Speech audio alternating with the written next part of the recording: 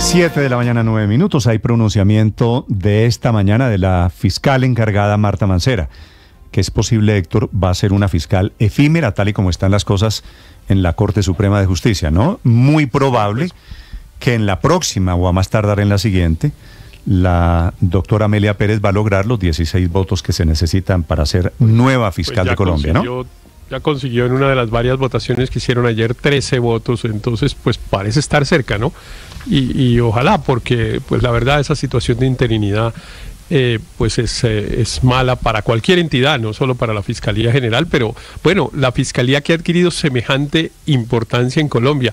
Ayer vi un trino del doctor Humberto de la Calle que realmente me pareció muy impactante porque reflejaba bien la situación, que decía, un país que se tiene que militarizar para elegir el fiscal está jodido.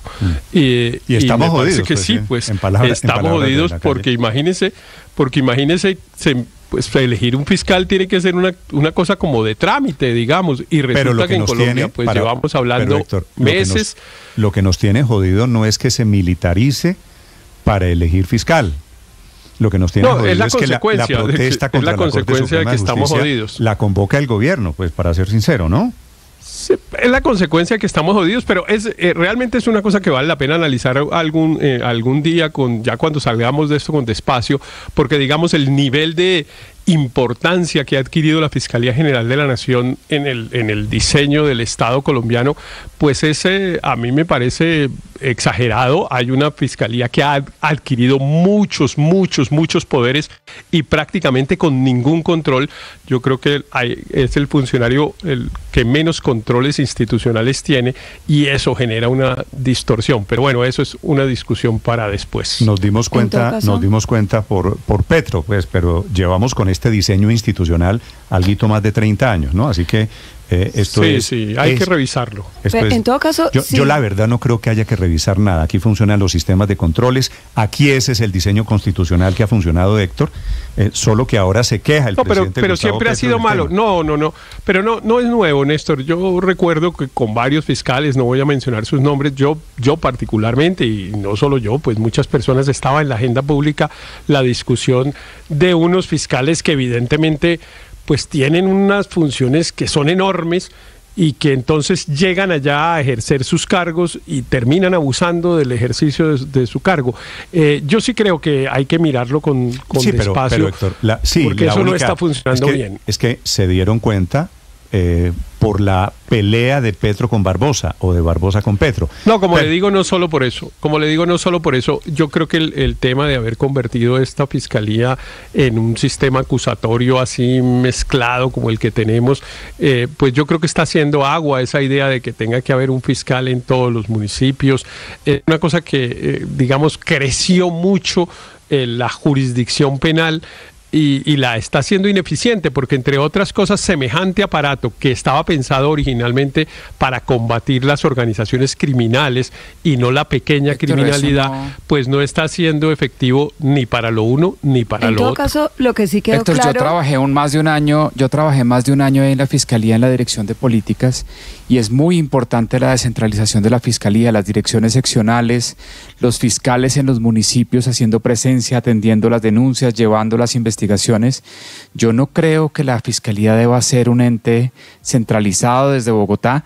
Y hay dos tipos de criminalidad en Colombia: la criminalidad organizada, que opera en múltiples municipios, en donde están las direcciones especializadas contra el narcotráfico, organizaciones criminales, todos los temas, las delegadas de lucha contra el lavado de activos, los procesos de extinción de dominio, y las direcciones seccionales que se encargan de combatir los delitos especialmente asociados a seguridad ciudadana, los homicidios, los hurtos. ¿Usted cree, Daniel, que eso es lo que está en juego en este momento, la descentralización de la Fiscalía? No, lo que está en este momento en juego son las investigaciones que hace la Fiscalía. Claro, y a quiénes se está investigando en este momento la Fiscalía. Y por eso la elección de la fiscal se ha vuelto un tema políticamente tan caldeado. Y yo sí creo que de la sesión de ayer, si bien la tercera no fue la vencida para escoger la fiscal, sí creo que quedó el aprendizaje para el gobierno que la presión es contraproducente, porque ayer sí hubo avances. Ayer, como dijo el presidente Chaverra de la Corte Suprema, se diluyó, él utilizó esa palabra, se diluyó el voto en blanco, o sea que se avanzó hacia los 16 votos. Estamos a punto de que haya fiscal. Pero fíjese que fue porque no hubo presión. Si nuevamente, como hace 15 días, se hubieran dado marchas, protestas, presiones, desafortunadamente, pues la Corte no habría podido avanzar, como efectivamente no pudo avanzar hace 15 días. Yo sí creo que la moraleja aquí es: no hay que politizar y polarizar más la elección de la fiscal, aunque se trate, entre otras cosas, de quién va a juzgar y quién va a investigar al hijo del presidente, ¿no? Que eso es lo que hace que esto se vuelva tan caldeado en este momento. Muy bien, señor Álvaro. Fíjese que no hubo presión y tampoco hubo elección, o sea que el problema no era la presión.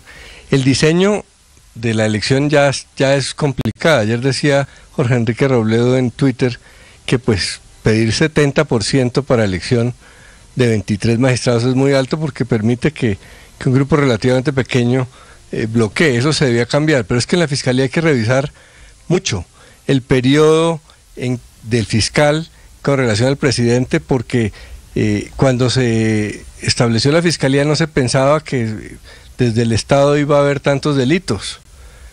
Hay que revisar quién juzga al fiscal, pero sobre todo hay que revisar el tema de fondo. Colombia es una potencia mundial en impunidad. Sobre el tema tiene un problema de impunidad gigantesco, y la Fiscalía... Yo creo que usted tiene un punto allí. Déjeme aclarar esto sobre el tema de periodos. Si es elegido, tal y como están las cosas, es elegida, Ricardo, la doctora Amelia Pérez, nueva fiscal. Ella tiene 66 años, sí, ¿cierto? Sí, señor. Cumple 67 el mes de julio. Si es elegida, vamos a suponer, en marzo, se posesiona a finales de marzo, sería fiscal hasta que cumpla 70 años. ¿Estoy haciendo bien las cuentas? Sí, así es, correcto. Entonces, su periodo de fiscal sería de 3 años y 4 meses.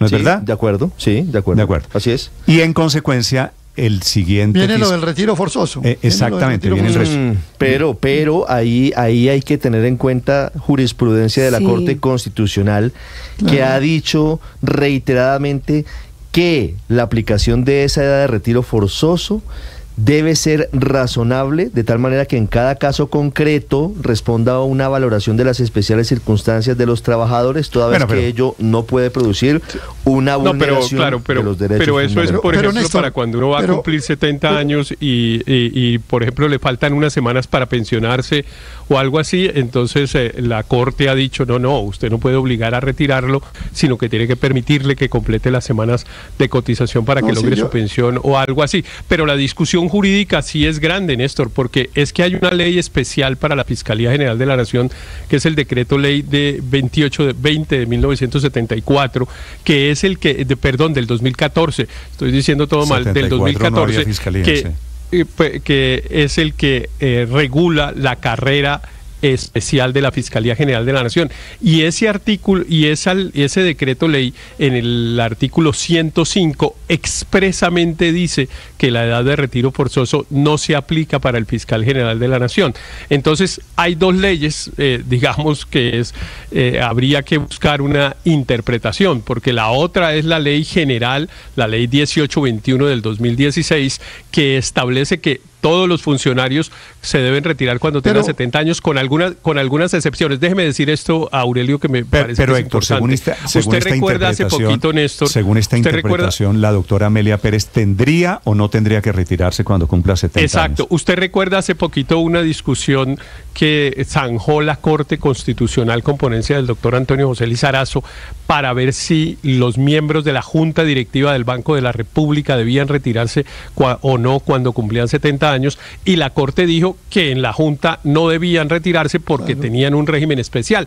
Pues bueno, la Fiscalía también tiene un régimen especial. Es decir, habrá discusión de abogados larga si eligen a la doctora Amelia Pérez para saber si se le aplica o no la edad de retiro forzoso. Sabe que a eso hay que echarle también un poquito de dos dedos de frente, Héctor.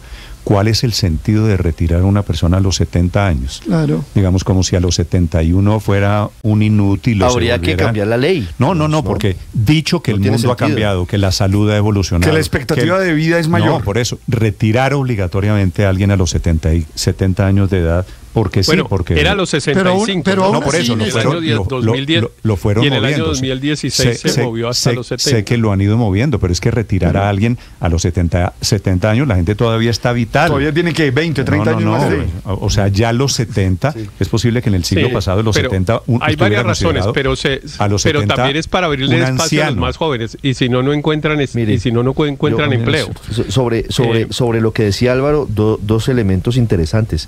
Dice Álvaro que no era por culpa de la presión que no hubiera elegido la Corte Suprema.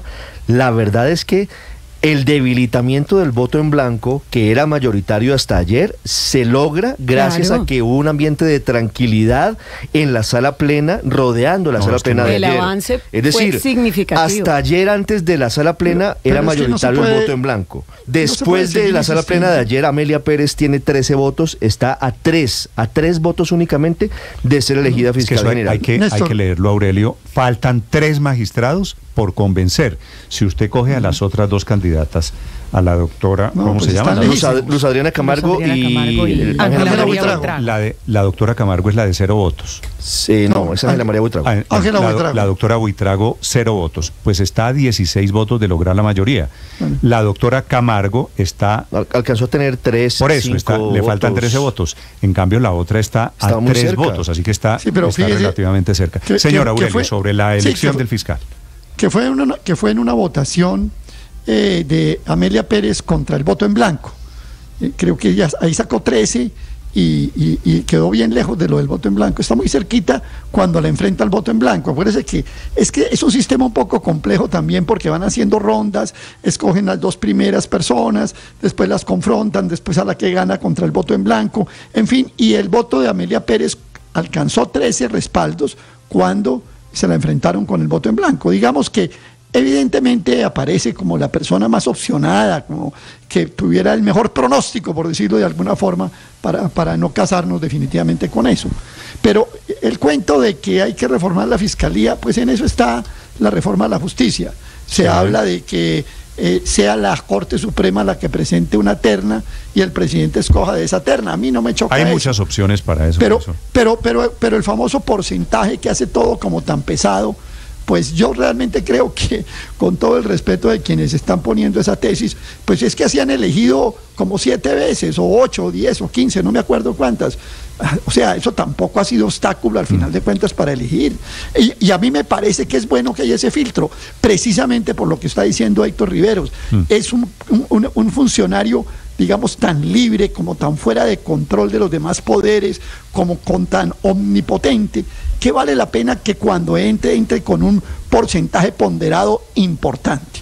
Y no es la primera vez que se exige ese tipo de cosas para ciertas decisiones. Estamos hablando de 66% en muchos casos, incluso en el Congreso de la República. A mí no me choca lo del porcentaje, realmente a mí me gusta, pero hay que mirar, porque le da fuerza bueno, es una opinión personal, me parece que le da fuerza al nombramiento. ¿Qué tal un fiscal 51-49? Pues imagínense las marchas que harían por un fiscal de 51-49. Ahora piense por un momento, Aurelio, que es que el fiscal no solo es un actor político. En teoría, el escenario en donde se mueve, Ricardo, el fiscal es en el mundo de la criminalidad.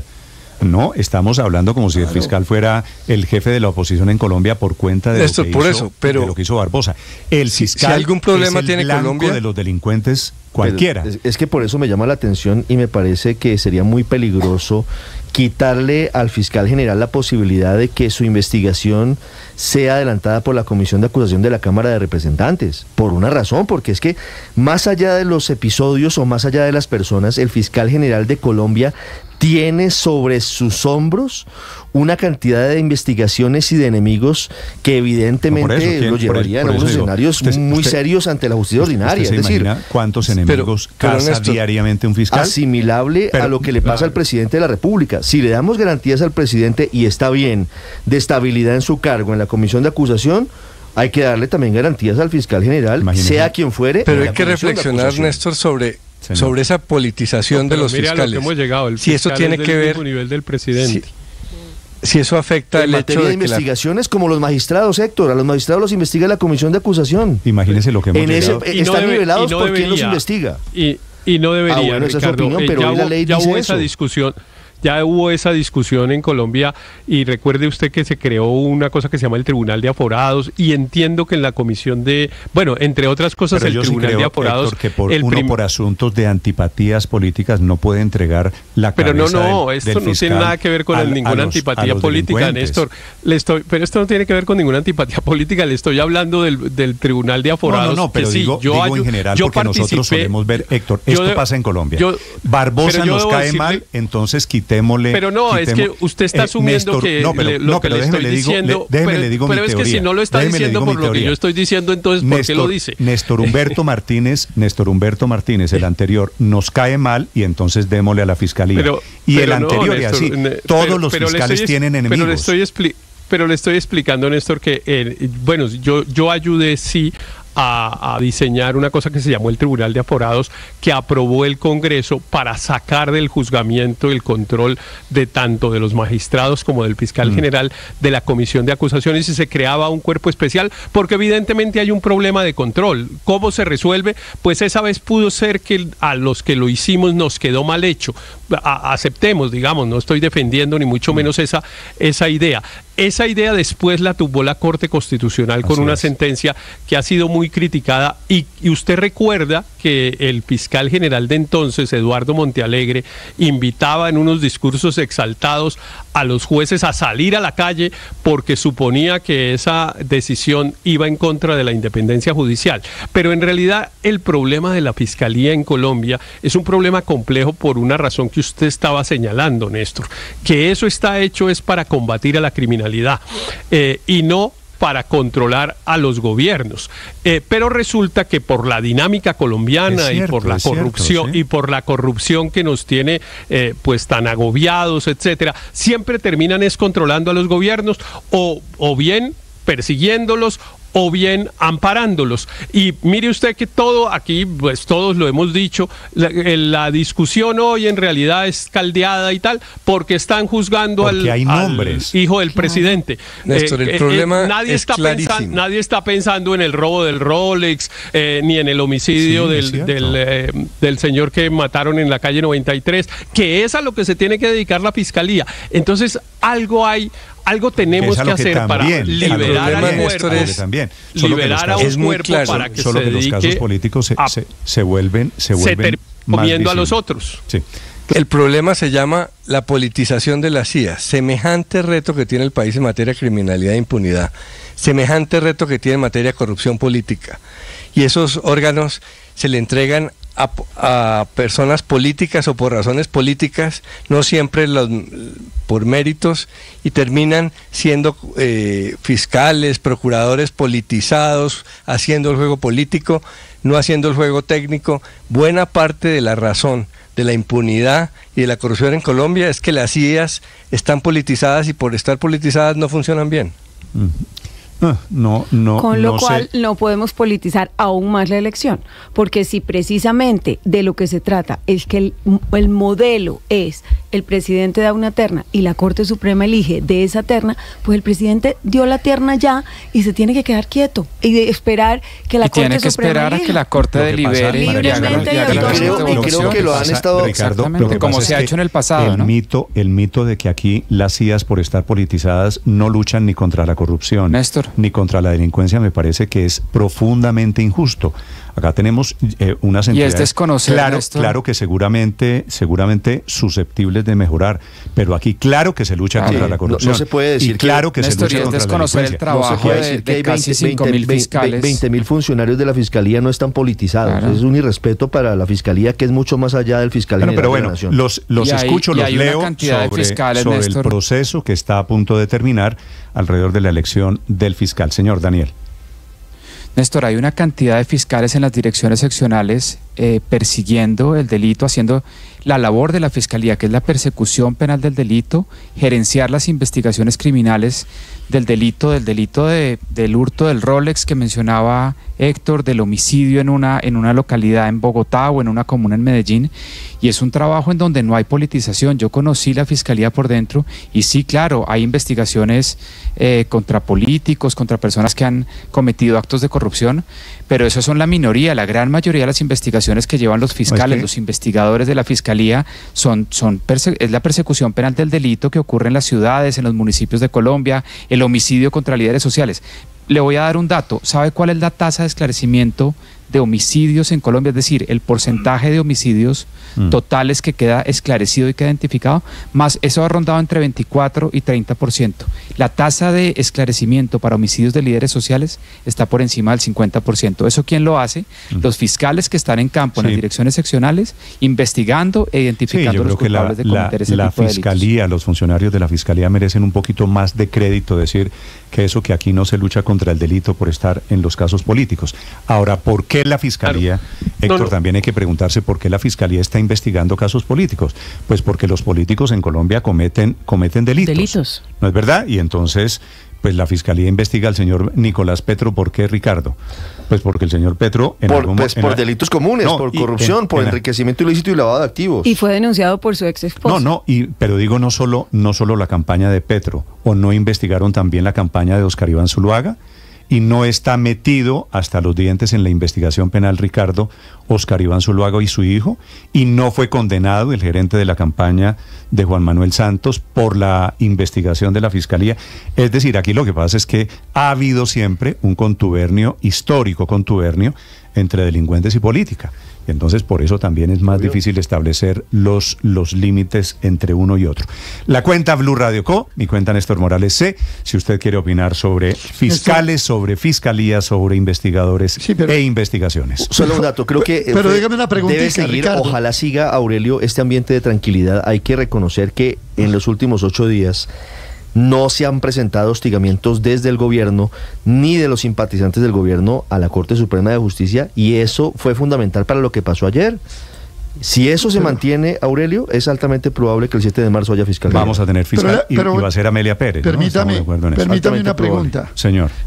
En Colombia, en Cundinamarca y no en Dinamarca, ¿cuándo habrá una fiscalía no politizada? O sea, ¿dónde está esa nirvana que yo no la veo por ningún lado? Toda fiscalía estará, mire, búsquenle el mecanismo que quieran, pero está politizada. Y si además ese fiscal tiene que estar encima del juicio del hijo del presidente, pues ni hablemos lo politizada que puede estar. O sea, sobre esto no nos llamemos a engaños. Si yo pregunto, Aurelio, ¿la fiscalía en Colombia está politizada? ¿Qué me responden los oyentes? ¿Que sí o no? Sí, y después llega y dice, no, vamos a elegir un La siguiente pregunta es, ¿por qué se politizan los organismos de investigación en Colombia, no? Sí, porque, no, pero yo no creo que esté politizada. Yo no creo que esa respuesta sea correcta. Tiene una relevancia política enorme, que es lo que la distorsiona, porque no debería tenerla, pertenece a la rama judicial, debería dedicarse fundamentalmente a perseguir a la criminalidad, etcétera. Pero claro, en Colombia resulta que los delitos más visibles terminan siendo los de corrupción o los asociados a la familia presidencial. Es que mire, la Fiscalía General, a propósito de lo que dice Aurelio, se estrenó prácticamente denunciando al presidente de la República. Recuerde usted a Alfonso Valdivieso Sarmiento, que no sé si fue el primero o el segundo fiscal, pero tal vez el primero, por lo menos estaba muy nueva la fiscalía cuando él fue fiscal. ¿Cuál fue su gran actividad?